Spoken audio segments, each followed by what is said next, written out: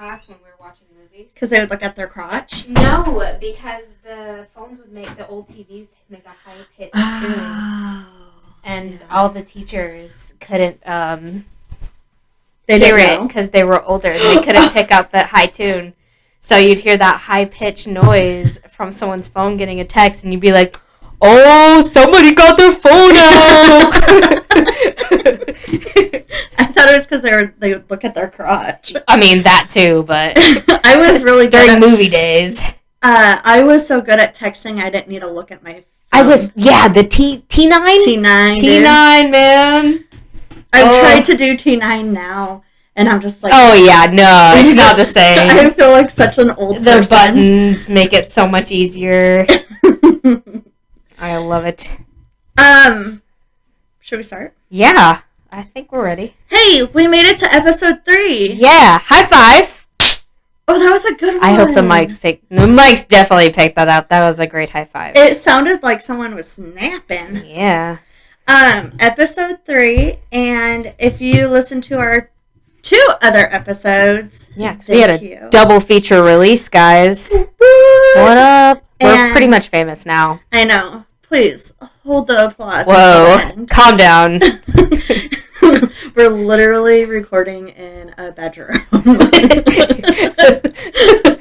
That's what's going for us. We do have an assistant now, though. Yeah, he does just about as much as Leon did, but yeah, Leon really dropped the ball quite a few times. Yeah, it's fine. Yeah, it is what it is. So hopefully, we left on a good note. Yeah, obviously, I still have to feed him every day. So wait a second, that's fine. Messed up. Yeah, that is very messed up. I mean, I fire him and I don't know. That's pretty impressive. Way to go, Leon. Yeah. How did you do that? Yeah, our new assistant, Hank, he's a little deadbeat, but, you know. Yeah, what a deadbeat. Yeah, that's cute. For any of you Patreon donors, you can see that this is Hank. That's Hank. He's a skeleton. He's a skelly. Yep.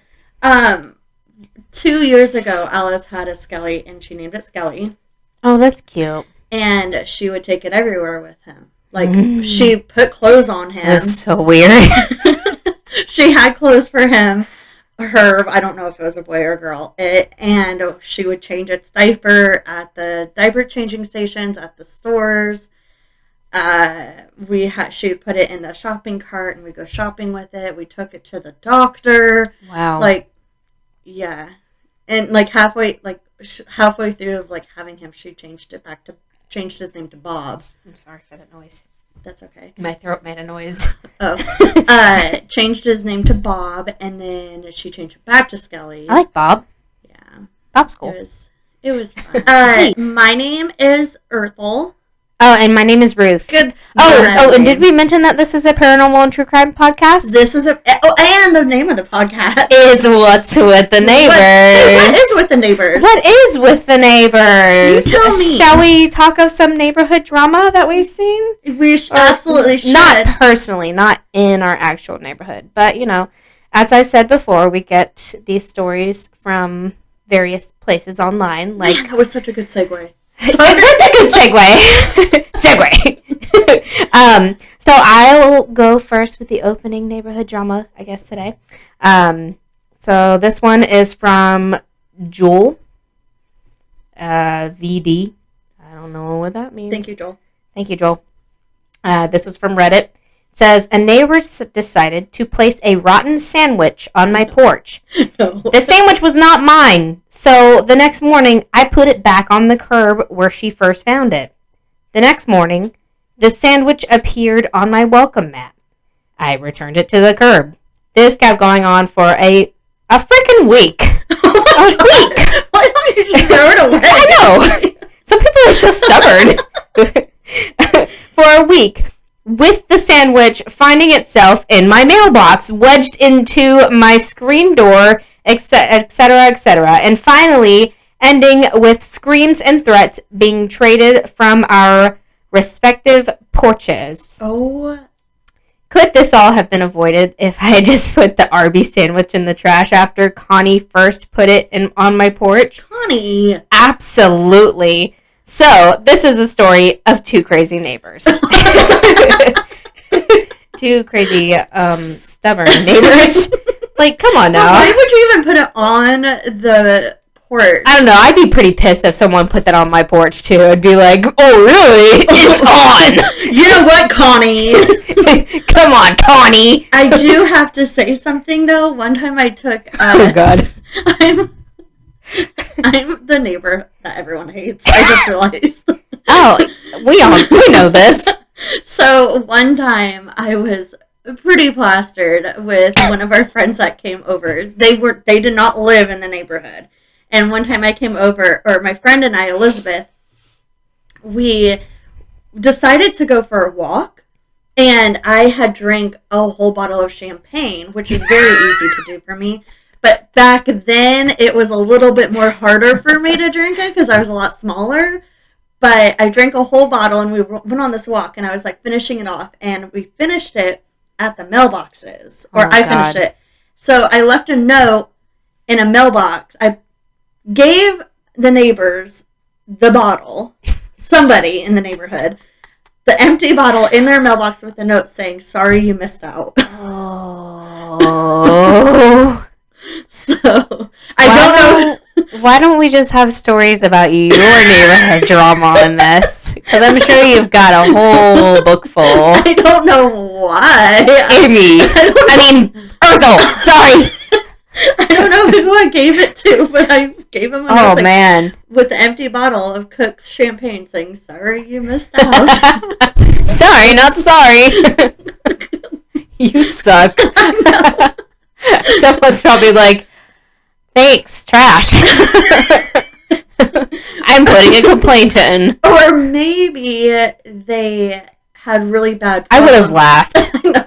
I would have laughed if someone did that. What if they had friends, though, that, like, they felt left out all the time from, and then I gave them that, and now, yeah, they're sad.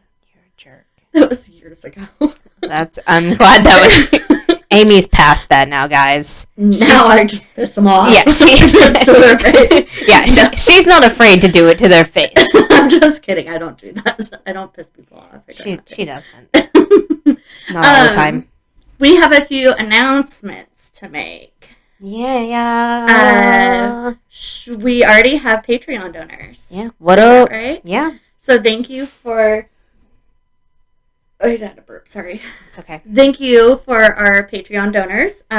Looking at you right now. Thanks, Gigi. Thank you, Gigi.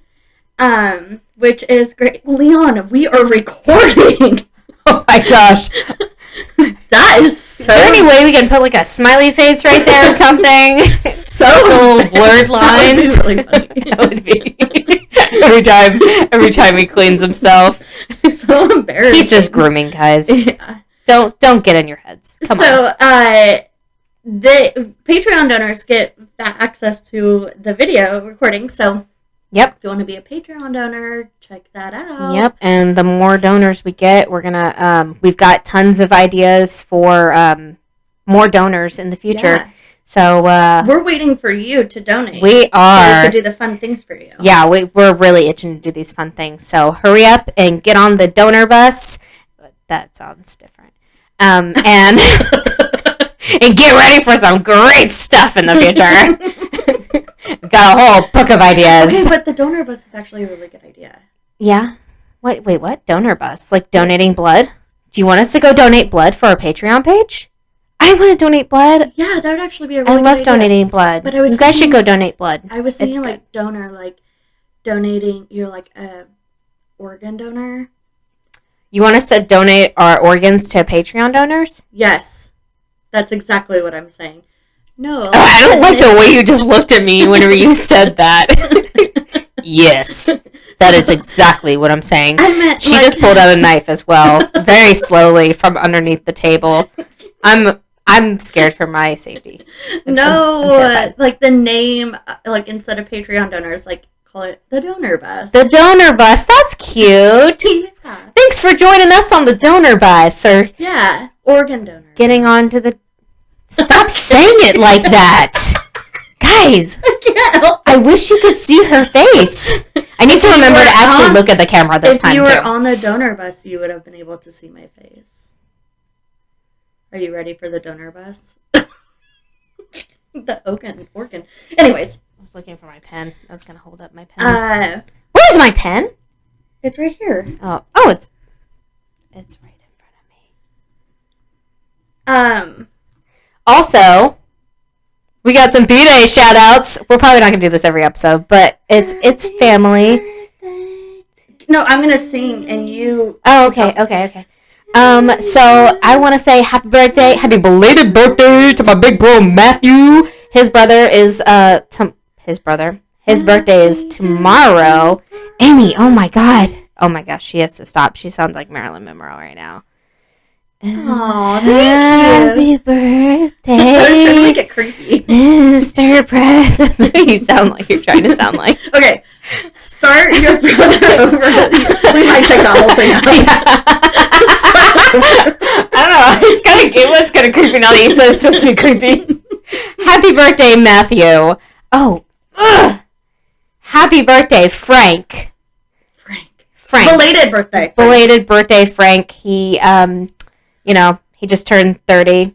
This will come out on the 2nd next week. So his birthday is actually tomorrow, the 26th. So, happy birthday, Frank. I hope you're having a great day, and I love you. Also, happy birthday to my other friend named... Not her sister. Yeah, not named Ashley. Her birthday is next. This is a tarot. Her birthday is next weekend. Anyway, happy birthday, guys. But when this comes out... She's not going to listen to it anyway. She won't. No. It's too scary. I don't know. That makes sense. It's too scary. Yeah.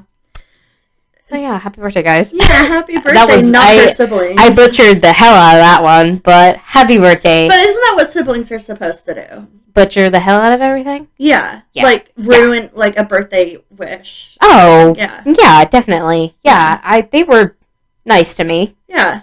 Not nice. How many times did you have to do their chores? Oh, never. Never. My sister did everything. Oh, that's true. I'll be 100% honest. I was the baby. I got away with a lot. That's true. Sorry, guys.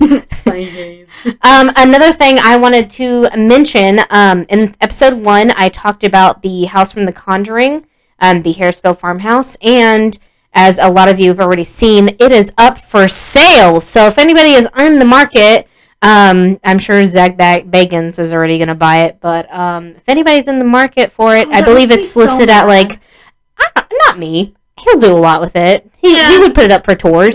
Anybody's going to make money off of it. Who buys it? Who's going to actually live there just to live there? Is have our Patreon bus donors donate money so we can buy the house. It is I believe it's 1.2 million or 1.2 million. It is. Yeah.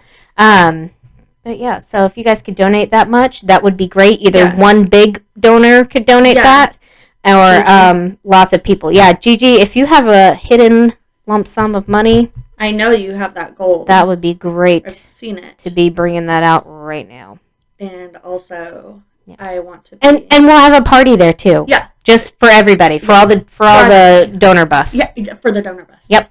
Donor bus, conjuring party. You may come out alive. You may not. Who knows? We don't know.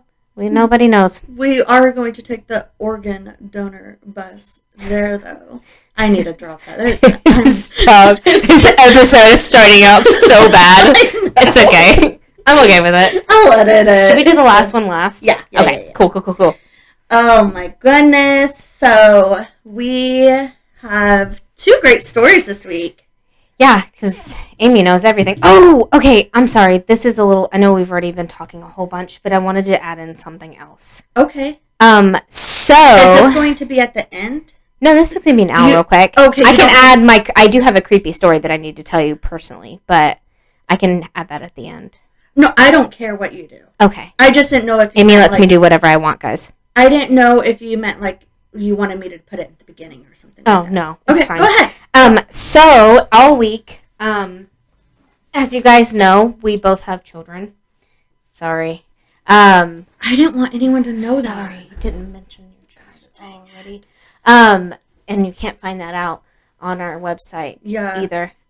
So, yeah, as many of you know, I have some, and they're younger, and they like to put things in bags. And I bring a bag with all of my crap to Amy's every time we do this. And so all week I've just like glanced over and I've seen my toddler put things in my bag. And I haven't stopped her and I haven't looked inside to see what's inside. Ooh, I want to see. So put it right here. I feel like I'm going to leave it by the couch every week to let her put things in it. And we can have a little bit called, What's in the Bag? What's in the bag? What's in the bag? So first we have... Oh, Snow White. A little people Snow White. A little people Snow White. She's cute. Oh, show her to the Patreon. A pie, you guys. There's a lot of stuff in here. I'm not going to pull out all of it. A monitor. Oh, good. Monitor. Good. Anyone? So she can monitor us. Yes. Yep. Definitely. Train track. Oh, good. Train track. So we stay on track. Yes. A Tupperware bowl with a star in it. What is it? A Tupperware bowl with a star sticker in it. It's a window cling. It's like Tupperware. Most of it's, pretty much all of it's just toys. We've got some magnetic blocks in here. Oh, good, because we're electric. Oh, we can use them. Electric. Oh, there we go. To hold up things. Pictures. Thanks, guys. And thanks, some more blocks, but that's it. Nice. Yeah, because we're blockheads. We're blockheads. That's why. I'm trying to find a reason for I had to show you. That's so cute. I keep on seeing them do that, and I'm just like, don't look inside, don't look inside, don't look inside. That's so cute. Just look up as I'm putting all the stuff in there. Thank you, You're daughter. welcome. That's not yours. Yeah. Her name is not Natalie. Yeah. Thank you, Earthel. My name's Earthel. Yeah, I know. I said thank you, Earthel. Oh, thank you, Earthel, for saying that. Oh, you're welcome. You're welcome. Yeah. So let's get down to business. All right. Why is everybody here? Get down to business. To defeat. Okay, I don't want you to see mine. Okay. I don't want you to see mine because I'm excited about mine too. Well, shoot, because what if we did this when we didn't? We hope we didn't. Did we? What if we did the same like story that I was afraid that I want you to do in mine? Oh, that would be so cool. Isn't it ironic? If that ever happens, though, you know what we have to do? High five? Yes. High five. Is that what you were going to say? No, I was trying to think of something on the fly, but I couldn't. Instead, I did. Take a shot. We have to take a shot. Yes. Yes. Okay. That's with the hard alcohol we don't keep in the house. Yeah. Oh, I have some. Okay. I usually have some. We'll just do a separate thing if we need to. I'll just throw a flask in my thing just in case. No, because yours is bourbon. Oh, I'll throw tequila in there or something. Oh wait, you don't like tequila. I'll do it for the show. Vodka. Okay. All right. I got tequila. All right. Am I going first this week? I'm so sorry. What would you like to do? I went first the first week, and then you went first the second week, so I would assume we go back. First. Okay. So this week I did a story on the historic Anchorage Hotel. No! Yeah! Oh my gosh, I'm so excited! So Amy and I actually went here not that long ago on a ghost tour, and it was so much fun. If you're ever in Anchorage and you like ghosts, which you're listening to this podcast, so you probably like ghost. Yes. Go on this tour. It is so much fun. And you can just show up. Yeah, and you learn so much. Yep. It's really informative. And then you walk a lot, so be prepared to walk. But bring walking shoes. And you're walking in a very sketchy area of town as well. Yeah. So we almost got stabbed during it, and I'm not exaggerating. I'm exaggerating a little bit, but we did almost witness a stabbing, and then we witnessed the cops taking the guy down. That was fun. It was very distracting. It was. I think I was so shooken up by this point with getting the story. I learned new information on this story because I was just not there the entire time. Yeah, well, because we were worried something bad was happening again. Yeah, and I was just paranoid about ghosts. Yeah. Well, and another thing is that, what was I going to say? The guy probably left some stuff out. Yeah, I'm sure. And added some things in, I think. But I don't know. We'll see. Yay. I kind of wish I could re-go on it again now. We can do it. Oh, yeah, definitely. We definitely should. Yeah. But he doesn't do it in winter, though. Oh, he doesn't? That's fine. Man, I don't want to do it in the winter anyway. I know. It's Alaska. When he was saying that he does it all the time or something like that, like 6 days out of the week, I was like, do you do it during winter? I thought he did it during winter, too.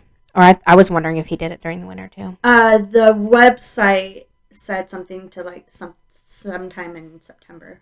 Oh, okay. Yeah. It also said rain, shine, or snow. Shine. It says or snow on their Facebook. Maybe he does do it. I don't think he does. No. That would be cold. That would suck. Yeah. Anyway, this has already dragged on a lot, so let's get to the paranormal part of this podcast. And again, we're doing it on the historic Anchorage Hotel. So, a little bit of history. It was built in 1916. The historic Anchorage Hotel was there at the beginning of the city of Anchorage, Alaska. It actually withstood the 1964 Good Friday earthquake, which was a 9.2 earthquake. What's a 10, I wonder? Well, this was actually the most powerful earthquake in the U.S. and the second most powerful earthquake in the world. Oh my so, gosh. I mean, that was in the 60s. So, I don't know if that's changed in America, but I feel like in the world maybe we would have gotten a stronger one. But that's pretty crazy. That is so. And it stood it. Yeah, it's still there. Those ghosts hold it up. Yeah, yep, they're good.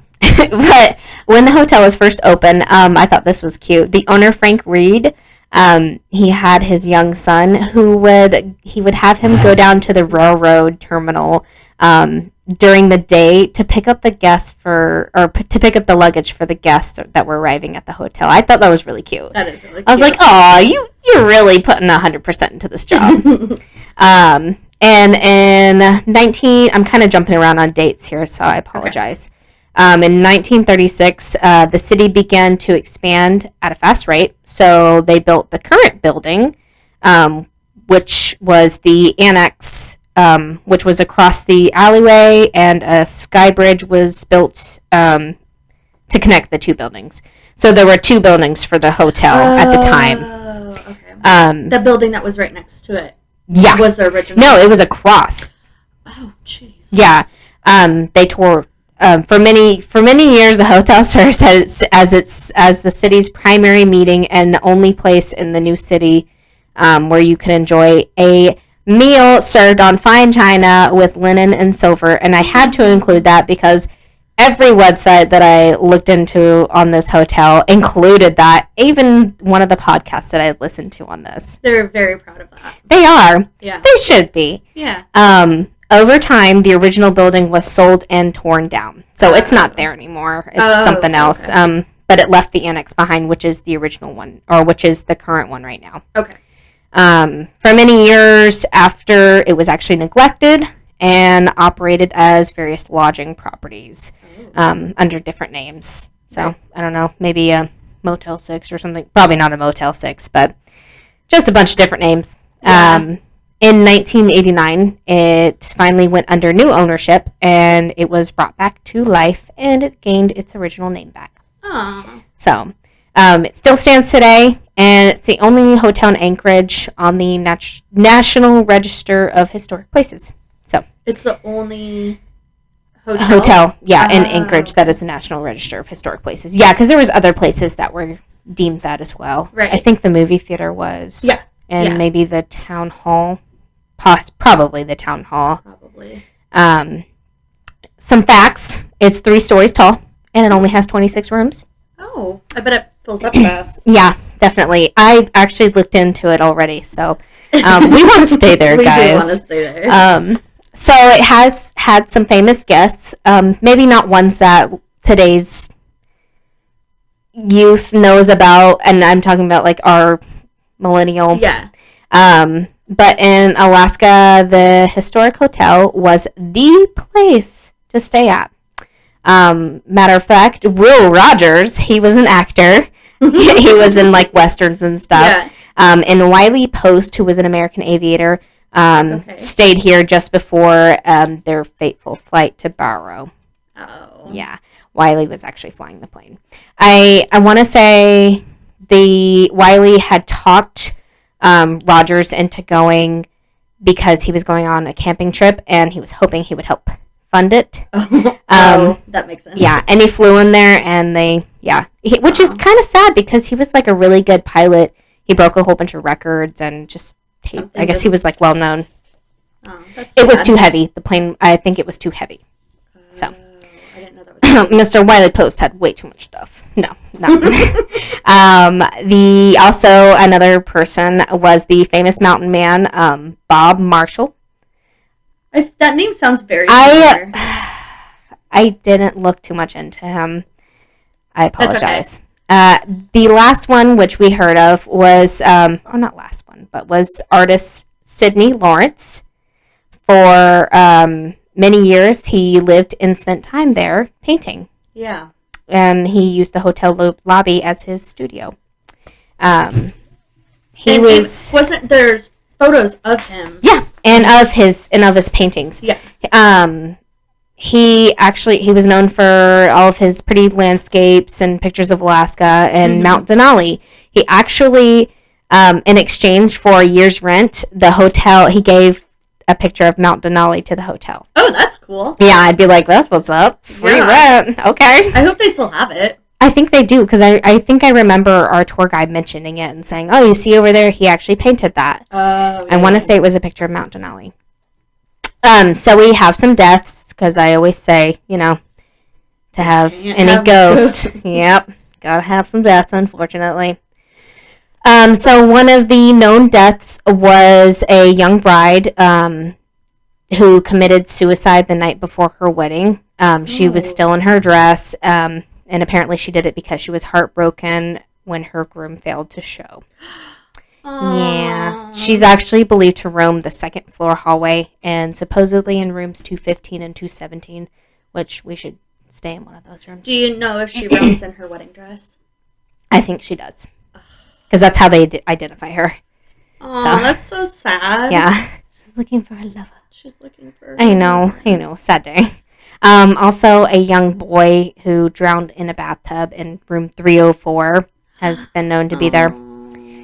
Some say they feel like he's passed on, but a lot of the guests and hotel workers still feel like he's there. So, and an unknown guest who passed away in the hotel is reported to haunt the stairway. So, didn't get a name on that one. That's so mean. I felt the need to. Up and down the stairs, and he's just going.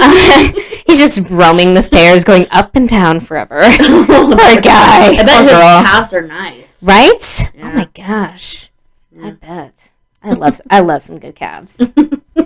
Another known one, which I hope you cover this at some point, is Jack Sturgis. On January 1st of 1921. I'm okay. Good. I'm going to write the name down. Oh, Jack Sturgis. I mean, I could just give you this. 1921, due to crime, Anchorage hired their first chief of police, Jack Sturgis. Do you remember him? Oh, yeah. Yeah. There were so many different theories about him, and it's like, didn't our tour guide say, like, he knew for sure what happened? Well, someone helped them, I thought. But there's nothing online about it. Nowhere. Because it still says it's unsolved today. But he told us. I know. So our tour guide told us that a friend of his actually helped solve this crime. She was I don't know the professional name of it, but she was a historian. Yeah. And, that was her job, was to find. It may have just been a archives. really good theory that they just decided to go with. But there's so many theories out there still, and I don't want to get in too deeply to them. So I hope maybe one day you'll cover them. Okay. But they really wanted the city really wanted him to crack down on issues with drinking, gambling, and sex workers. Thanks. After just a month of duty, he was actually found shot in the chest with his own weapon in the rear stairwell of a local drugstore that was next to the hotel, which we actually visited that site. When found, he was clinging to life and eventually taken to the hospital. The doctors had said he kept complaining of the bright lights and his hands being cold. But when asked, so he could say all that, but when he was asked by a U.S. deputy marshal who the killer was, he did not answer. So, it was him. Some say it was him. Some say gangs. There's so many different theories. But as far as today, it's a mystery. It was his lover. He didn't want to turn it was with his own weapon, so... some say, and there's a plaque out there, too, that say this, that he returns once a year on the anniversary of his death to the scene of the crime to literally meet his maker, hoping to find his killer. Well, and the ghost tour guide said he goes out there, too. Yeah. Mm-hmm. Yeah, he said that he's had, like, didn't he say, like, there was a picture where something was shown in a picture with him? Yeah, he has in that spot. Photo of that stupid cat. Do you want me to let her in? Pause. Oh, fine. Come on, Rainbow. Come on. You mutant kitty. I know, Leon. Come on. In or out?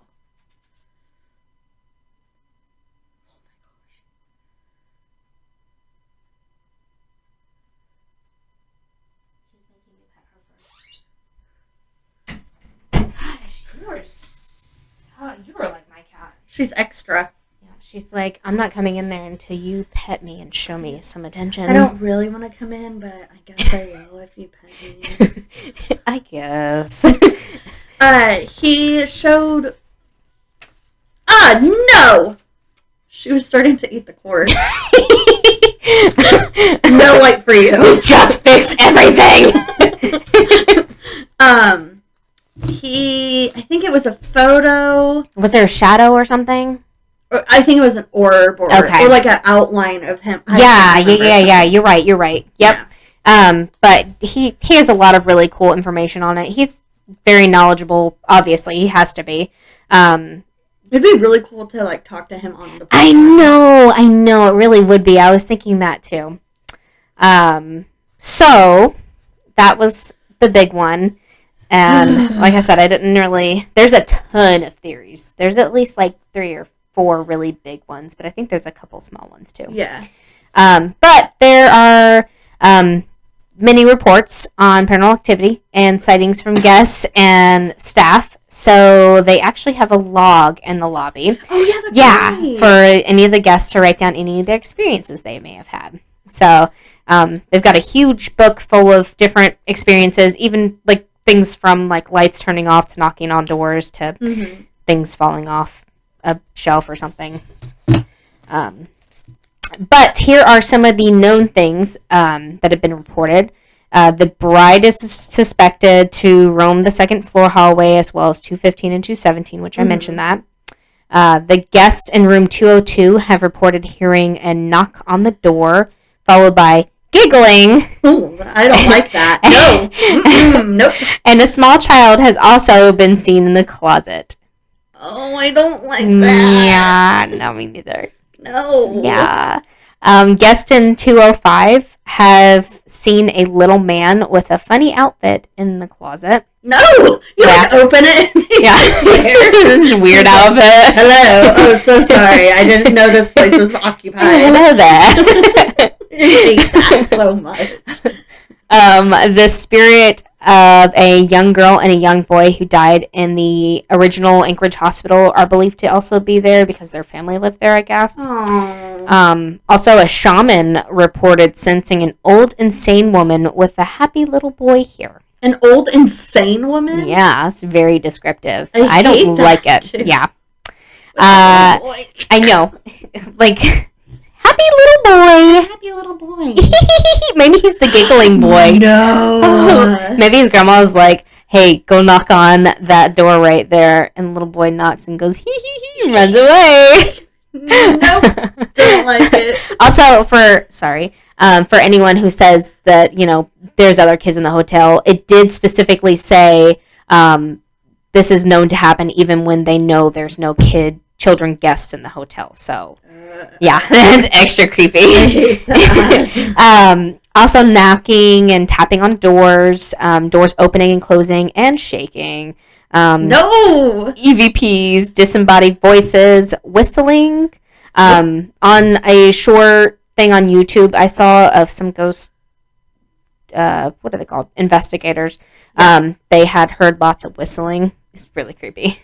Faucets turning on and off, which are regularly checked by plumbers, and there's nothing wrong. Happens all the time. That's so weird. Moving chess pieces. Opening, right? Got your queen. Opening and closing of shower curtains. No. Like, hello, can I have some privacy? No, I'm naked. I'm naked. Shower in here. Sounds of children playing in the hall. And that's it. That's it for the paranormal experiences that have gone on in the hotel. Today the hotel is still open to stay in. It online has 4 out of 5 stars on Yelp. Wow. Everybody says it's a really nice hotel. The only complaint that people Ghosts. say are no. I know. I was hoping no one complains of ghosts. I did, however, find some reviews about that include that. I'll go over them in a minute. But people complain about silly things like there weren't enough outlets in the room. Well, it's an old building. Yeah, exactly. Yeah, or there's no AC. It's in Alaska. Come on, guys. There's no AC anywhere. No. So it's got lots of good reviews. Most people say it's like a quaint, comfy place to stay at with a historic charm. Yeah. And the staff is known to be friendly and helpful. Well, the thing about the outlets is clearly they don't travel enough because, I mean, I'm not saying I'm a travel expert, but wherever I go, I always bring an extension cord and a power strip. That's genius. I don't. That's a really good idea. But now, since I'm usually really good at prepping for going places, I'm going to do that now. You need to do it. Because normally, you want to charge your phone in bed, but the outlet's, forever away. Yeah, because, you got to mellow out to go to sleep with your phone. Or have an alarm. You don't have to walk across the room to actually go turn it off, because then you actually have to wake up. Yeah. I've just been to Disney way too many times. That's smart. So I have some pictures here. You've seen the hotel, so maybe we can post these. But one person did, 2 people, I got 2 cool reviews from their Facebook page. I won't say their names because I don't know if I'm supposed to, but one woman said, "What a beautiful place to stay. The reception staff were lovely. It was like stepping back in time from the lovely foyer with the welcoming fire and comfortable chairs to our walk, almost stepping back in time to our room, which was very cozy with the best beds I've slept in for a long time." Wow. Right? One night stay just isn't enough. We even enjoyed a visit from one of the ghosts. You're good. One stay just isn't enough. We've even enjoyed a visit from one of the ghosts who turned on our tap. Aww, the water. So nice. Hope to return one day if you're visiting Anchorage. What? You're going to have to start over at the tap part. Okay. One night stay just isn't enough. We enjoyed a visit. We even enjoyed a visit from one of the ghosts who turned on our tap. What? Let her out. She's in. No, she's out. Yeah, Alice let her out. Alice, while you're out there, go get me another drink. I'm not going out. Go. I'm not going Go. out. You want to be in here? Go get me another one. Go. you want me to wait for a second? I can wait until she comes back in. Fine. And this is Ruth's solo. I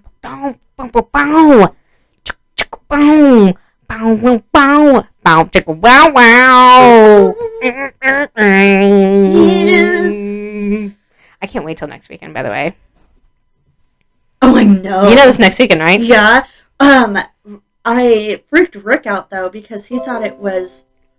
Well, I'm glad we were...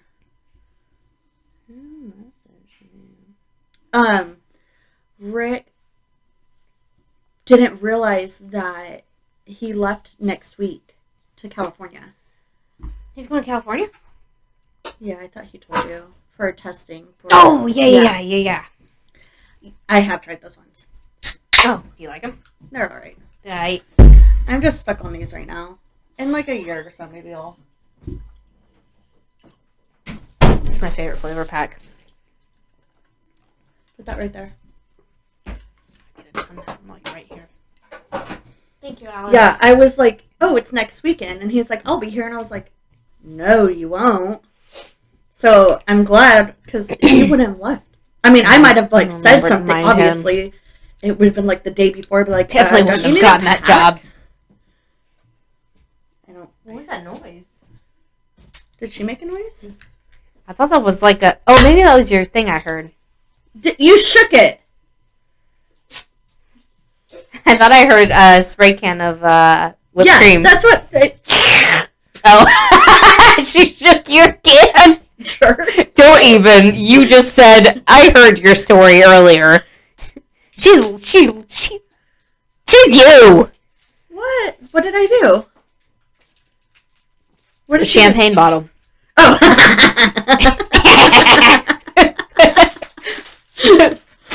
I really hope there's stuff to salvage in this episode.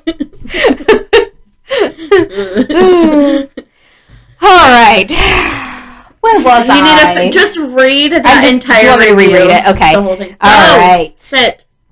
So here's where you can pick back up on editing. Jeez.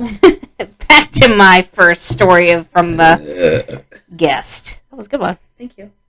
All right. So this person said, "What a beautiful place to stay. The reception staff were lovely. It was like stepping back in time from the lovely foyer with the welcoming fire and comfortable chairs to our walk, almost stepping back in time to our room, which was very cozy with the best beds I've slept in for a long time." So they have nice beds.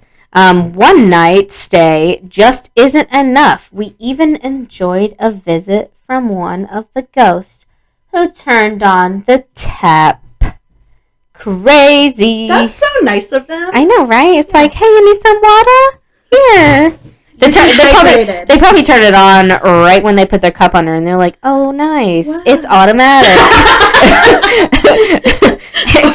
The handle moves all by itself. Wow. This hotel is so modernized. Drink your water. You need more water. You walked a lot today. Hope to return one day. If you're visiting Anchorage, make sure you add this hotel to your must-stay list. Thank you for making our stay very special. Carrie. Okay, so she put it in there, so I'm going to add her name. The second one isn't so long. This person said, great place, clean and cozy. Staff is top-notch, and I even got a glimpse of a ghost. Aww. So, that was the historic Anchorage Hotel. Me and Amy are going to stay there one day. I feel like this was just a big plug for them. Anchorage Historic Hotel, please. Let us stay there. Stay there, Anchorage. Please. Let us stay there, Anchorage Historic Hotel. I said that all wrong. Let us stay there. Please let us stay there. So good. Thank you. You're welcome. Jack Sturgis. Yeah, I wrote it down. And, well, when we were staying there, didn't your phone... Oh, yes. Thank you for reminding me. Yeah. So, while on this whole tour, I have an Apple Watch, and I can usually go like 2 days with charge on it, and I charge it every single day, but it can usually last 2 days. But, You said you would be quiet. So let me, all the way across. Sit. There you go. That means your hands don't make sounds either. Good. Her hands aren't really loud. Her hands are making sounds with other stuff. Oh, okay. I thought you were talking about her zipping her lips. Anyway, so I was wearing my Apple Watch, and whoever else has an Apple Watch, you know that you can probably normally make your charge go for at least a day or two, maybe a day and a half. I actually tested it after we were done, and I'll tell you about it in a minute. But by the end of our tour, my watch had died and shut off, and I was like, that's so weird. That never happens. It had full charge early, and I was like, well, we were using it a lot today. Yeah. Maybe I just killed the battery.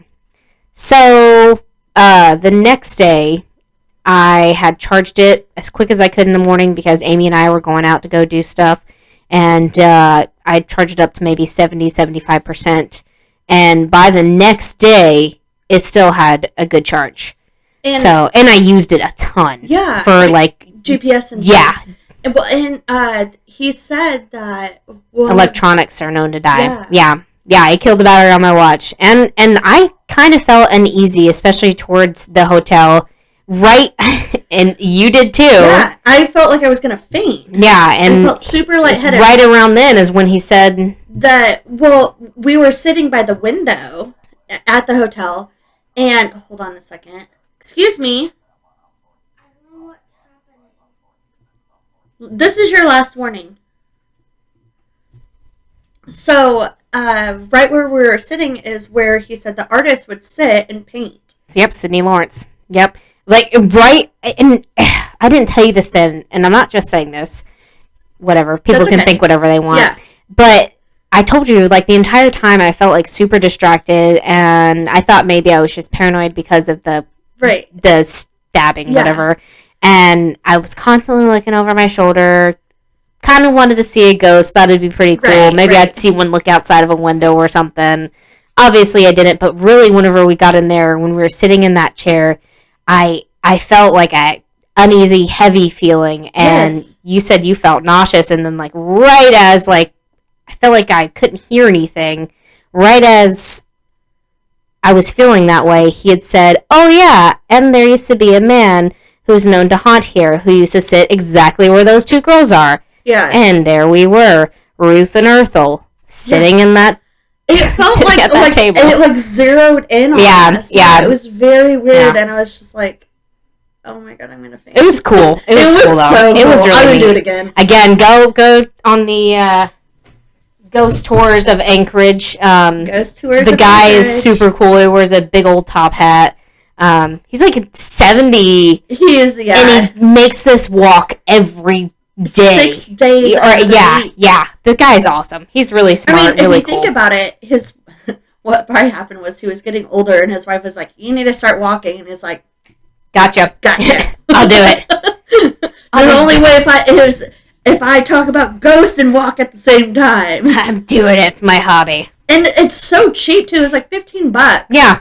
It wasn't bad at all. He's not doing it for the money. Clearly, he enjoys it for sure. He definitely enjoys it. So. Wow. Thank you so much. You're welcome. I loved that in-depth story. Yeah, I like it. I'm excited. You want me to hear my... You want to hear yes! my story? I keep doing stories that suck. No, you don't. I think my favorite story so far was... and it wasn't my favorite story, but it was really sad. But the last one. Of Ducky. Yeah. No, I mean, this is another sad one. Dang it. I know.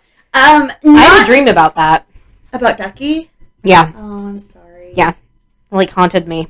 Oh.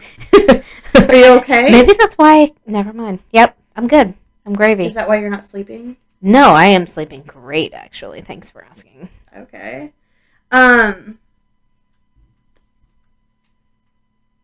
Proceed. What I was going to say. Yeah. No, this isn't like a sad story. I mean, it's not a sad story.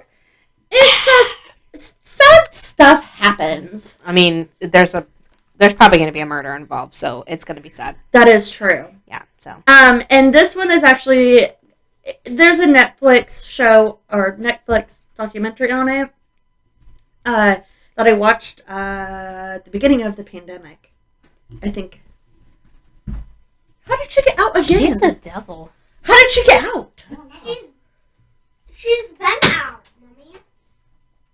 Well, you locked the door. You can leave the door open if Alice is in here. You bitch. I wasn't going to say that, Don't but... call my kitty up there. Good girl. You wanted to say Good girl. So the beginning of the pandemic, I think, is when this one, COVID, this is when this came out, kind of like near Tiger King. I think I know what you're going to do.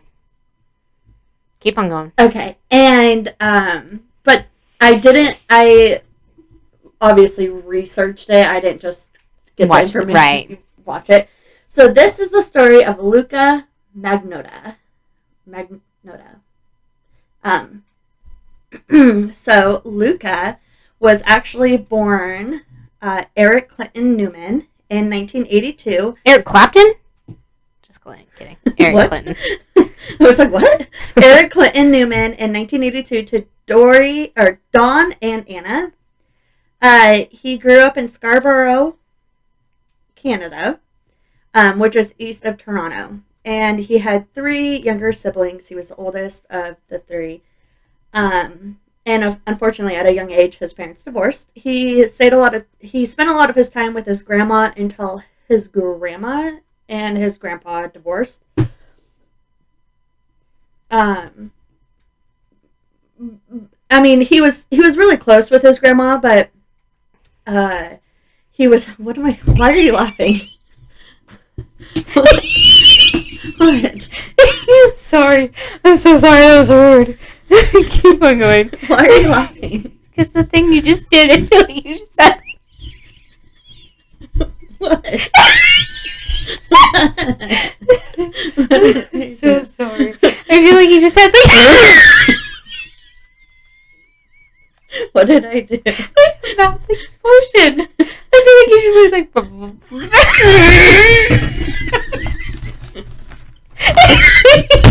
so sorry.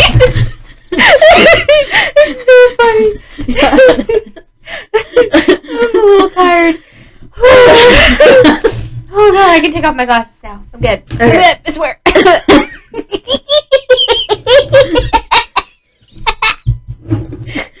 Wow, this episode sucks. This episode will be fine. Oh. Okay, so he had 3 younger siblings, and at a young age, his parents divorced. He stayed a lot of his time with his grandma, and he was homeschooled. His mom ended up dating another guy named Eric, and his mom ended up dating another guy, and Eric described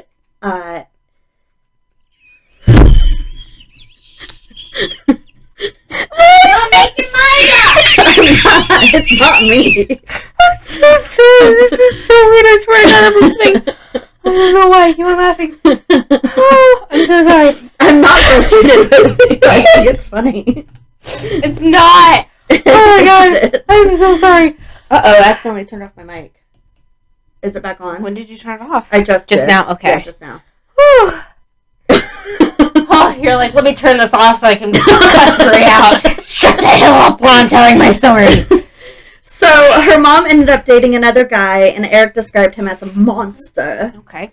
And he didn't really have a relationship. Good. No. After the divorce, his parents divorced, he didn't really have a relationship with his dad. No. And he didn't have hardly This is his grandparents, right? He had a relationship with his grandma. Like, he was super close with her. But he also, like, lived with his mom. Oh, I see. Okay. Yeah. He would go over to his grandma's. Okay, I see. Sorry. Yeah. So, he really didn't have any friends. He was, though, close with his sister. And she was the only other person besides himself that he described as beautiful. Yeah. And he struggled with depression, and the people that he saw, the experts that he saw for his depression, said you need to continue to take your medicine. You cannot not take your medicine because it will ruin your life. And later, it was known that he, had a borderline personality disorder. So, which probably describes his narcissism. So, when he was 22, he made a friend with a 21-year-old female, and she had the mental capacity of an 8 to 12-year-old.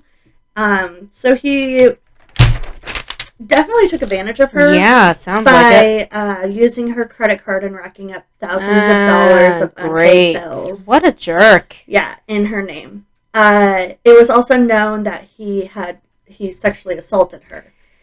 Yeah. And he filmed it. But oh my gosh. Yep. And right before the trial to put him behind bars for sexually assaulting her, the charges were dropped, which I'm not sure exactly why they were dropped. But an interview that I watched with his lawyer, they said, do you think that things would have been different if they continued to charge him for that? And his lawyer was like, oh, yeah, you betcha. Because he kept trying, the lawyer obviously was trying to get the charges dropped. Right. And the lawyer does regret trying to do that because of what happened later. After the charges were dropped, Eric was like, all right, I need to reinvent myself. So in 2006, he legally changed his name to Luca Rocca Magnotta. Luca began to spend time with Toronto's gay community. He met Barbie, who is a transgender woman, and they began dating. And the interview that I watched with Barbie, she was saying, like, later on, he, like, quoted her or whatever, and she feels like it's because, like, she acted like she was the only person that actually cared, didn't act, but she generally cared about this person. And she's like, he didn't have anybody else, so he probably considered their relationship very special, even though they obviously didn't end up together. Right. And during the interview, Barbie said she knew that he had problems by his body language, his demeanor, and things that he would do, his character and his mannerisms. And Luca claimed to be a high-end escort, a model, and even appeared in some porn videos. Yeah. So he got a lot of attention with an online show, like a YouTube show, named Naked News, which is just basically about porn stars and stuff like that and escorts. And he really liked that because he got like a lot of online attention for it. Very narcissist type. Yeah. Fries are done. Fries are done? Okay, yeah. Good. He told Barbie that he was going to be famous one day, and he begged her to take photos of him, like, all the time. He was just always like, take a photo of me, take a photo of me, take a photo or video of me. And she said he wanted to be perfect. He had his nose done. He had 2 hair transplants. Jeez. I didn't know that was a thing. Yeah. And was planning on doing muscle implants of his pecs and arms. Jeez. Just work out, man. How did he get all this money? He was a high-end escort. Oh, okay. Yeah. Makes sense. Yeah. Yep. They make a lot of money. Man, are we in the wrong field. I know, dude. What the heck? Here we are trying to make a podcast of $5 a person. Yeah. We made $5 a month. So, Please donate. Please donate. So he also auditioned for a reality TV show called Plastic Makes Perfect. Oh, okay. Yeah, he said that his most important thing was his. He said his most important thing was his looks, but they rejected him. Probably because of his personality and probably his health. Yeah. So then he was like, not gonna stop. So he applied for as an underwear model for a show called Cover Guy. And the producers actually told him, they were like, you don't have what it makes to be on TV. Sorry, not sorry. Not sorry. Luca, and it I know that people go on reality TV shows for the attention, but there's got to be a point where, there's got to be a fine line. I don't know. I mean, it does probably makes money off of reality TV. Oh, yeah. I mean, you get famous, regardless. Yeah. Anyways. So, but that's what he wanted. Especially nowadays. Instagram. I gotta get my followers. Mm-hmm. Back then, there was no Instagram. Yeah. MySpace. MySpace was the... Alice, move your feet. So, Luca then met a man who was like his manager. This man really, he wanted to keep his identity private because he didn't want people to know about his connection with Luca because it said it would ruin his reputation. And I actually wrote up a whole bunch of stuff about it and then just decided it really wasn't that important. I get that. So that's okay. I did that with my story too. But one thing he did say was that I thought was funny was he said Luca always walked as if he was on a catwalk. Yeah, strutting. Yeah, he was always strutting. He had a different very cadence. Proud. Yeah. Yeah. So at this point, Luca had zero leads on a reality show, being a model, everything like that. He still was a high-end escort. High-end, I don't know what that means. I mean, I know what that means, but I don't know. He probably had a lot of big customers, as in yeah. So well known. Yeah. However, he was going bankrupt, and obviously needed attention. So according to Barbie, that ex of his, Luca made up a rumor that he was dating Carla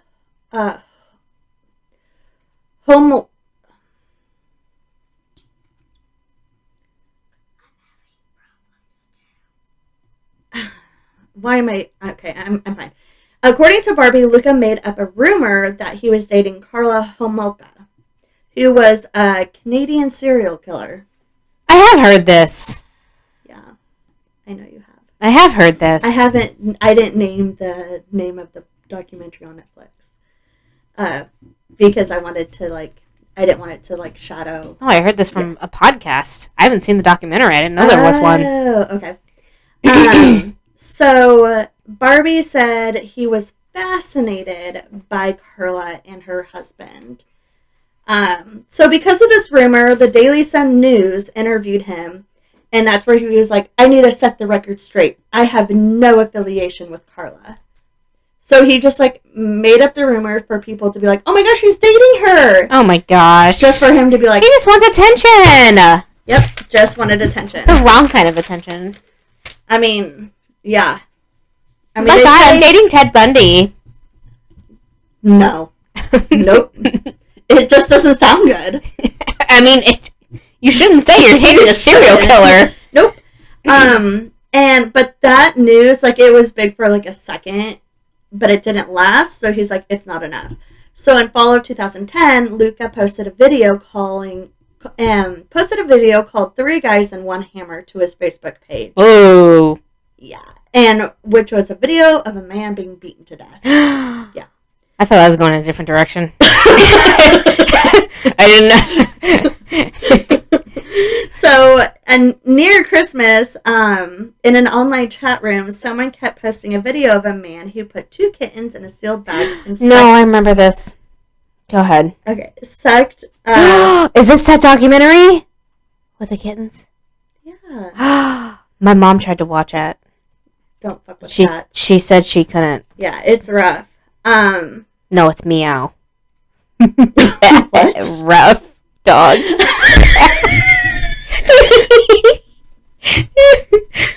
You almost knocked over Hank. Sorry, Hank. had you do anything. I'll be here till Thursday. So someone kept posting to this chat room and to hype up this blah, blah, blah. Where am I going with this? Near Christmas, in an online chat room, someone kept hyping up a video of a man who put 2 kittens in a sealed bag and sucking the air out of the with vacuum. No. And the whole thing was caught on camera, but you couldn't see the guy doing it, the person, I should say, doing it. So this video obviously went viral, and a Facebook group was formed, and with 4,000 people joining overnight, like, who did this, you know? I bet PETA was one of them. I'm sure PETA was in that group, or, you know. PETA Griffin. Sorry. So the group was dedicated just to find, you know, the person who killed these kittens. And 24 hours later, he posted 2 more photos and videos. A few people really took the lead. You know, there was a few people that took the lead in finding this person. And they were certain that it, you know, it was just the start of something terrible that was going to happen. They like dissected the crap out of this video. They like frame by frame sort of thing. Then a photo was released with the kittens that were murdered, but it was actually Luca in the photo. So it was the same photo he had that was posted before, but the face was blurred out. And then he posted the same photo, but not face blurred out. Yeah, and it was Luca. And the kittens were dead? With the photo, the kittens were alive. Oh, okay. At that time. And four doors down. It's like he was coming up. 4 years later, another clue was sent to the police looking for him. Why did I say police? I don't know. Why did you say the 4 doors? 4 doors later. 4 days later, another clue was sent to the people looking for him. So he sent another clue to them. And it was said that the kitten vacuumer you're looking for is Luca Magnotta. He was born in Russia, lives in Los Angeles, and lived in several countries. Damn. I know. The apartment in the video is located in West Hollywood. Oh my. Hope this helps. I'm 100% serious. So he said he posted that? Yeah. It was he an sent email. that in? Oh my gosh. I mean, they didn't... So he sold himself out? Technically, it's not proven that it was him, but who else is it going to be? And the part that I'm 100% serious. I'm 100% serious. Well, I wasn't thinking you were lying, but now I do. I hate this guy. I know. Don't wait. Just wait, it gets worse. They believed he was the one that sent him the email. And so these people looked up Luca, and they're, like, shocked by what they found. They're like, this guy is... You need to go... I'm sorry. It's because I did my old geezer laugh. Oh, do you need water? No, it's not going to help. It's just okay. my old geezer laugh. Okay. They were like, oh my gosh, this guy is, like... a nerd, like he's so into him, because there was like there was a buttload of random fandom accounts. Oh, he made them, didn't he?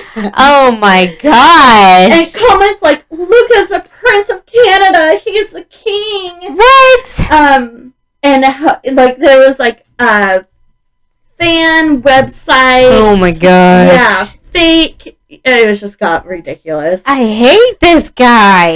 Like dozens. He's so obsessed with me. I know. YouTube tribute accounts, Facebook accounts, MySpace fan accounts, blogs. At least he was like on it, I guess.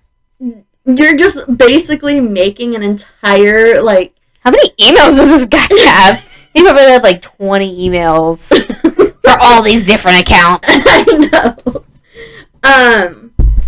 So they found all these photos, and he was like, I'm in Miami, I'm in Russia, I'm in Florida now. And they're like, how is this guy, like, all over? Does he have a private jet? What the heck? And so what And, like, he would post these photos of him, like, in front of a sign, like, Miami sign. And it ended up being he was taking photos that people posted online and then putting his head on it. Mm-hmm. Photoshopping it. Oh, my gosh. Because they ended up finding, like, the original photos. And nowadays, you can just do, like, a green screen. I know, right? Goodness. Technology. So they found out that he was in Toronto. Like, they really narrowed it down. He was in Toronto. So they contacted OSPCA. Please don't ask me what that means, because I didn't look it up. Other special people contacting agencies. Yes. Other special people contacting agencies is what it means. So they contacted OSPCA, and a file was open on him in January of 2011. And OSPCA was worried that Luca's cruelty to cats would lead to something more serious, which is what all the Facebook people were saying, the people in the Facebook group. So they're like, we're treating this as a priority, but no one would listen to OSPCA. They're like, the local authorities were like, meh, like, we'll get to it, maybe. They didn't think it was that big of a deal. They were talking about the cat? To find Luca. SPCA. OSPCA. SPCA. That's an animal society. Yeah, something else. Ontario. Yeah, there you go. Ontario. SPCA. Yeah. Yeah, I don't know. I can't remember what the animal society... Sorry, I was trying to, in my head, figure out, and I was petting Leon, and I was like, SPCA. Yeah, it's something to do with animals. Yeah. So, and the O is for Ontario. I know that for a fact. Society of... I'm sorry, I'm trying to remember what it means, because I used to volunteer there. Yeah. Anyway. That's okay. Sorry. So, they're like, this is going to be something bigger. So they contacted the police, and the police were like, it's not that big of a deal. Because he hasn't technically hurt anyone. Yeah, but, oh my gosh. I know. So 8 months went by, and no one had found him. Because, the people on the Facebook, they're just people. They don't have any, they can't just, like, go and get him. But 8 months went by, and everyone stopped talking about Luca. So, Luca's like, I'm not getting attention. So, one day, one of the leaders of the group got a message with a video. And it was a video of a python being fed a kitten by a man in a Santa hat, because this came out around Christmas time.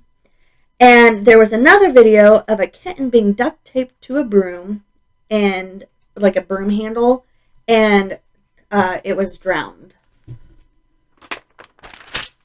Yeah. So after 2 videos were sent to the leader, Luca had planted a story saying that he had gone to Russia. Russia. Yeah. So, he sent them the videos, planted a story saying, like, I went to Russia. And so they're like, did you?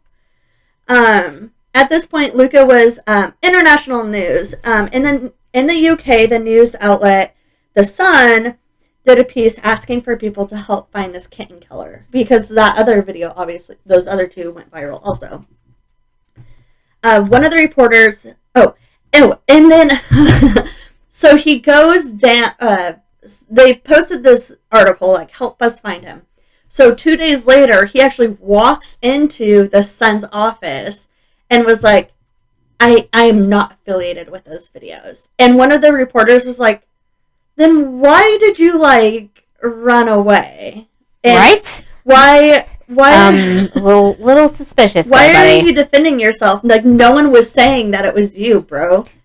Yeah. And he was like, Luke okay. Luke was like, people are pretending to be me. Oh my gosh. Oh, because you're so popular and everybody wants to be you. Everyone wants to be Luca. Regina George. He's like, so I need to defend myself. There was no defense needed. Now you seem sus. So, sus.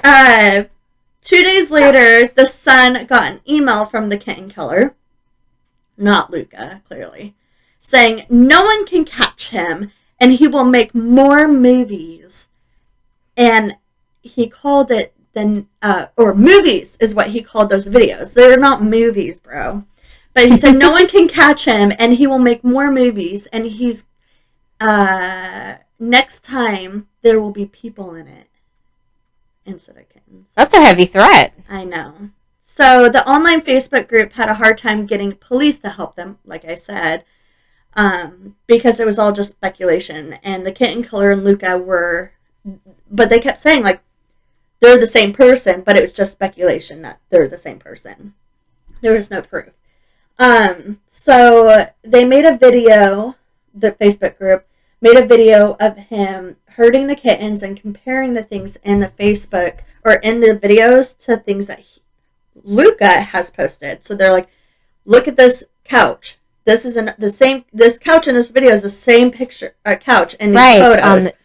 Like doing different comparisons, like this is the same sweater. So the public's doing the police jobs. Yeah, seriously. Yeah. They were like, this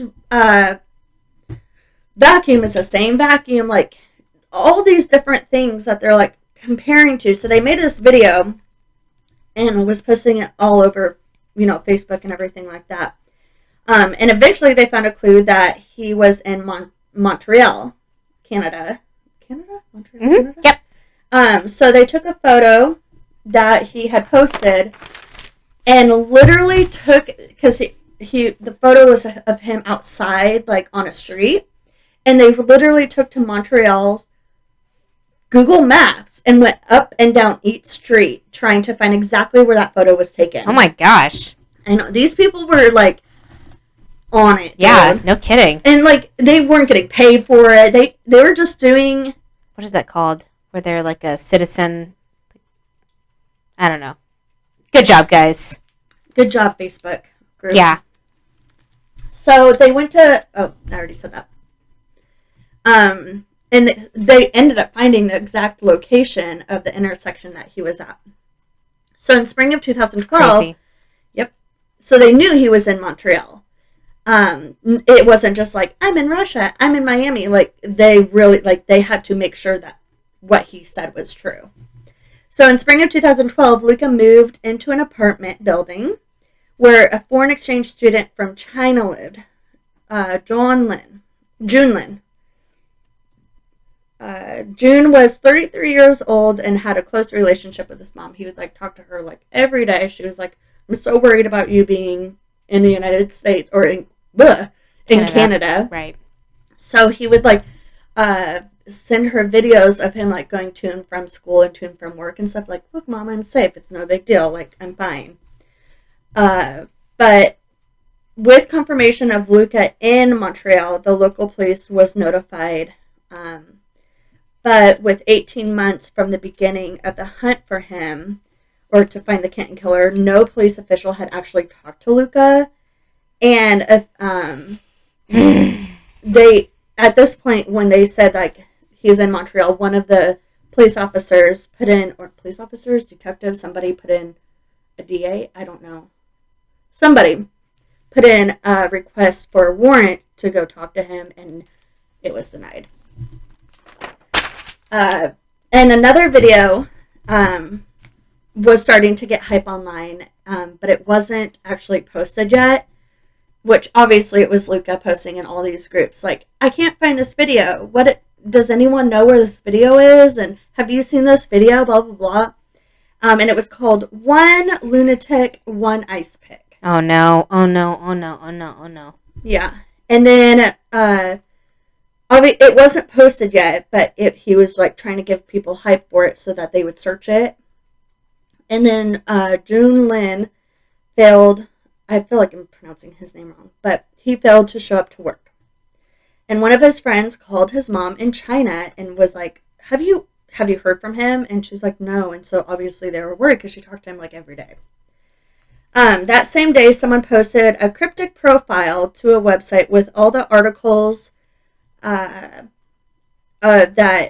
was connecting Luca to the kitten killer. And like this profile was calling him Luca a lunatic, basically. He's like, this guy has to be stopped, everything like that. And it was Luca that posted it. Right. I mean, it was Of course obvious. it was. Yeah. So on May 25th, one day later, the video of the lunatic one pic appeared on the web, and it showed a man bound to a bed alive. Sorry, I'm almost done. No, I'm not tired of your story. I just don't. It could have been stopped. So it showed a man bound to the bed alive. There was a freaking teaser. I know. Like, he basically told everyone what he was going to do. He told the local news what he was going to do. Oh my gosh. So it showed a man bound to the bed, and then it edits to the man being dead. And it was 11 minutes long, and after the person was dead, it showed someone stabbing the corpse repeatedly with an ice pick. Oh no, And then he dismembers the body. So 4 days later, a janitor was cleaning the side alley by the apartment, and he saw this suitcase, but he had a lot of trash that day, so he didn't pick it up. And then later, a couple days later, I should say, he originally saw the suitcase, but it had been, and sounds like it's raining. So it was 4 days by the time he actually took to the suitcase, or got the suitcase, and he was like, it's super heavy. And obviously found the body. I shouldn't say obviously, but he found the body of June Lin, and it was just his torso in the suitcase. Yeah, so Luca had already left the apartment. Where's the rest of them? Oh, just wait, it gets worse. But Luca had already left. In his apartment, there was the bed from the video, and it was soaked in blood. There's blood everywhere, in the bathtub, everywhere. And then a package with a note was sent to the Conservative Party, or the police, in Canada, stating 6 bodies parts were dismembered, and the perpetrator will kill again. On June 5th, 2012, a package containing the right foot of June was sent to the St. George's School, and another package with a right hand was sent to Falls Creek Elementary School. Oh my gosh! I don't remember all this. He just was sending them to schools. It was disgusting. And then after receiving an anonymous tip, freaking school, man. Mm-hmm. An anonymous tip came in saying that Lynn's head anonymous tip was called into the police, and they found Lynn's head by a public park. So now a warrant was finally. I wonder if the anonymous tip was from him. I'm sure it was. So a warrant was issued for his arrest, but he had already fled to Paris. And he bounced around. Did he really, though? He did. Okay. So he bounced around quite a lot, staying at people's, what is it called? Hostels? No. Airbnbs? People that you kind of know. An acquaintance. He bounced around a lot at acquaintances' houses and stuff like that. And he ended up in Berlin, and that's when Berlin's police finally arrested him. So on June 18th, 2012, he was extradited back to Canada, and after a 12-week trial, 8 days of deliberation, he was found guilty of all charges, and he is currently serving a life sentence with eligible parole after 25 years, plus an additional 19 years. But not the sexual assault in the beginning that we talked about. Okay. Because those ones were dropped. What about the kitten? They died. No, I know they died. The 19 years is from torture. Okay. So he has to serve. Not that that's the important thing in the story. What happened with the kittens? Oh gosh, yeah, I remember hearing about this. I feel like with the kittens, was that early 2000s? Yeah, it was. I feel like that was whenever I was volunteering at the SPCA with my mom. You probably heard about it. Yeah, I feel like we heard about it. National news. Yeah, I feel like I remember hearing about these sad stories about kittens in trash bags. And I bet that was it. And then, like, not long after we heard, my mom could probably confirm this too. Yeah. That's wild. That's crazy. That's mother trucker. Yeah. He's in prison now, though. He's in prison. Is he still alive? Yeah. Oh. Unfortunately. And it sucks because, like, he did all this for attention, and he got it. He got it. Yeah. So, and here I am. Can you have social media and stuff in prison? I know some prisons you can. I don't know about his. Yeah. So, that's crazy. I mean, you can in some prisons. I don't know if it's allowed or not, but dude, I have definitely seen. I was on prison TikTok for a while. What? Yeah, and it was like prisoners posting on TikTok. And have you seen Orange Is the New Black? Yeah, I mean, yeah. But I don't know if it's actually allowed or if they're just, I don't know. Jeez. That was a rough one. That was a good one. That was a really good one. Yeah. I mean, not good at all. But I originally watched, it's called Don't Fuck with Cats. I've never seen that, and I don't want to watch it. It's rough to watch. Yeah. But it was like one of those. I hate animal cruelty. It just, like, I mean, people cruelty is terrible too, but, you know, there's something about kids and animals. And when you watch a movie and the dog dies, you're like, not the dog! I know. It's like they're innocent. They're like, so they have innocent. no idea what's going on. And there's no way for them to defend themselves. Yeah, it's so sad. Yeah. And it's really sad. That poor man, Junlin, and his family, because she was so worried about his, spending time in Canada. And sure enough, her worst fear came true. She was right. Yep. So. That's. Yep. Should we end on a lighter note? Actually, yes, definitely. Always. But so Amy and I, every Saturday night, which is tonight, do Scary Movie Saturdays, or at least now to Halloween. We'll see if we go further than that. Hank. Get the jar. Get the jar. Okay. Oh, you're such a deadbeat. It's such a stinking cheesy joke. So we have a jar here full of different scary movies because Amy has, I'm just going to say it, she's a scary movie virgin. She hasn't seen that many scary movies. She has, but not like the really good ones. Like, I made her watch Annabelle recently. She has a thing for dolls, guys. She has a thing for dolls. So if someone sends a puppet, no, or a doll or something, I swear it will go straight in the trash. I am not allowed. It won't go in my trash. You know what? It probably will go in my trash. Oh, I have to tell you my creepy story. Oh, can you? So sorry again that this is freaky or this is so long. It's okay. There's a lot going to be edited out. And there's a lot that's going to be edited out, like my old geezer laugh. Maybe. You hear, guys? Our last 2 episodes were only like an hour. Oh, that's not bad. Yeah. Perfect. Yeah. So we'll go ahead and do this first. So you guys can hear this. This is a jar full of our movies that we're going to pick from. Last time we watched Annabelle, and now Amy's going to pick the next movie. I can't get one. Okay. Oh, yeah! Oh, gosh, what is it? The Grudge. Oh, that's a good one. Sarah Michelle Gellar. I love her. Buffy. That was the very first scary movie I ever watched. Yeah. Sorry, guys. You can watch it if you sleep in your own bed tonight. Yeah, and don't mind hair over your face and being freaked out by it.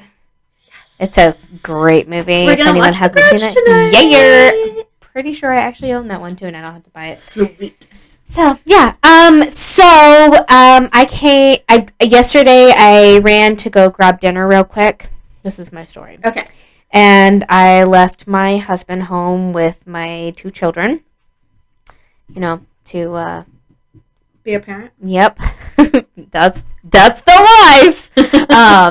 And I came back and he said that I'm just going to say her freaking name. Charlotte went downstairs into the playroom. Yeah. And so we have a playroom in our basement, and she was playing down there, which she normally does. And he said he heard like a blood-curdling scream and thought, maybe she was hurt or something. And he was freaked out when I came home. And he ran downstairs, and she was in the playroom with the door closed, and the light was off. What? And she kept on telling him, "It won't quit looking at me." Yeah, I know. She won't quit talking about it. It's really freaking me out. She's little, so, I mean, it's not the first time she's said that before. It won't quit looking at me. And she has had, like, a recent fascination with turning off the lights and, like, walking around with a fake flashlight, but she doesn't have her flashlight. And I'm a little bit freaked out. Josh is a little bit freaked out. Sorry, I said his name.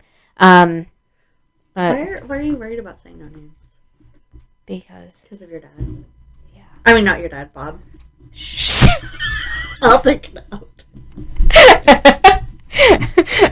I'm worried about saying their names because I don't know. Anyway.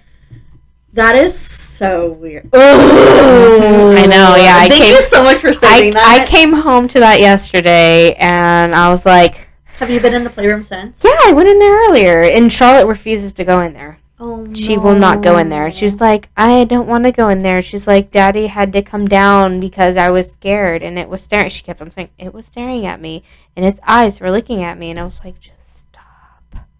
I hate that. Yeah, kids' imaginations are just wild. So you don't know, like, yeah. It really isn't the first. Like she said before, that there's been a spider in her room that looks at her. So oh, poor thing. Yeah, she said there's a spider in her room sometimes that just stares at her. So I don't know. That doesn't bother me as much as the lights turning off and her screaming. But I mean, she's so young too that you can't be like, what does it look like? I mean, you can, but how is she gonna? Yeah, and you don't want to like give her a description or anything because she'll play with what you're saying exactly. Yeah. So. It's like asking a kid if their tummy hurts. Yeah, my tummy hurts. Okay, well, where's your tummy? Show me where it hurts. And they point to their knee. Yeah. Yeah. Been there, done that. Learning. Still learning. Oh, so here's the lighter note, guys. All right. Neighborhood drama from around the country, I guess. World? Country? Is Reddit country? Probably world. I mean, from around the world. Everybody in Reddit. This is from Chaos Wolf 7115. Thank you, Chaos Wolf. Yeah. So one night at roughly 2 a.m., I heard... Oh, gosh. It's never a good time. I know. Go to bed. Right. One day at roughly 2 a.m., I heard banging on our door. So I answered it quietly, quite carefully, as it was late, obviously.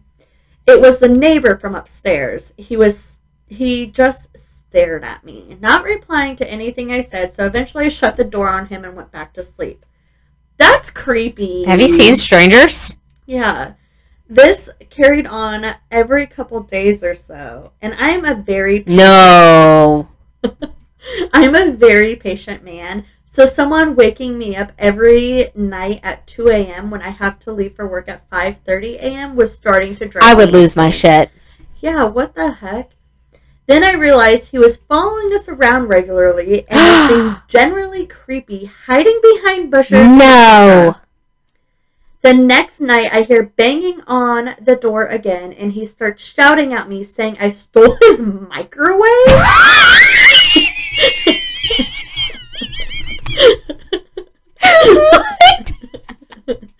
I called the Stole police. my microwave, man! I'm gonna stalk you. I called the police. They turn up and calm him down. We still see him occasionally following us, even though we've moved to a different city and have lived there for years.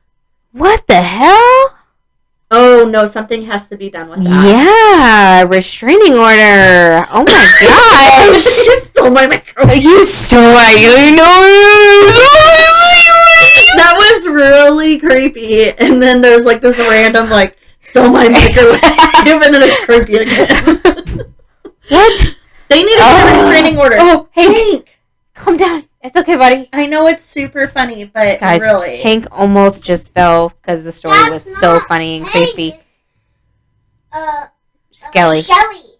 Skelly. He was laughing to his bones. He was. His funny bone was his just funny bone going. made him weak. Man. Oh man. So thank you for listening. Pause. The green paper. Yep. And I meant to ask. It's okay. I meant to ask you about it right before too, and I forgot. That's okay. We'll just edit this part out. Hopefully, Amy goes in her bathroom because there's something in there.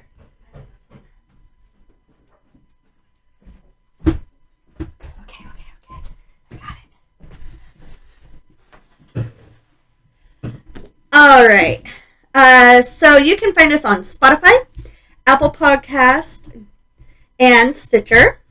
And please leave us a review on iTunes because you can find us there too. Yes, please be nice. Please be nice. Also follow us and like us on Facebook at wwtnpodcast or What's With the Neighbors.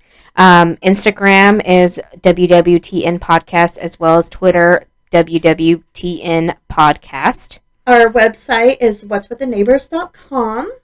You can view our weekly podcast videos by being a donor bus. A Patreon donor / donor bus. At least $5 you can view our videos, and you can find that on patreon.com / what'swiththeneighbors.com. And feel free to slide into a DM. Slide on in there. With any questions, comments, or even story suggestions. Oh, and tell us about your crazy neighbors. Yeah, definitely. Yeah, yes. Your neighbors, or if you have a paranormal story or a true crime story. Our email is wwtnpodcast@gmail.com. And have you checked in on the neighbors? What's with the neighbors?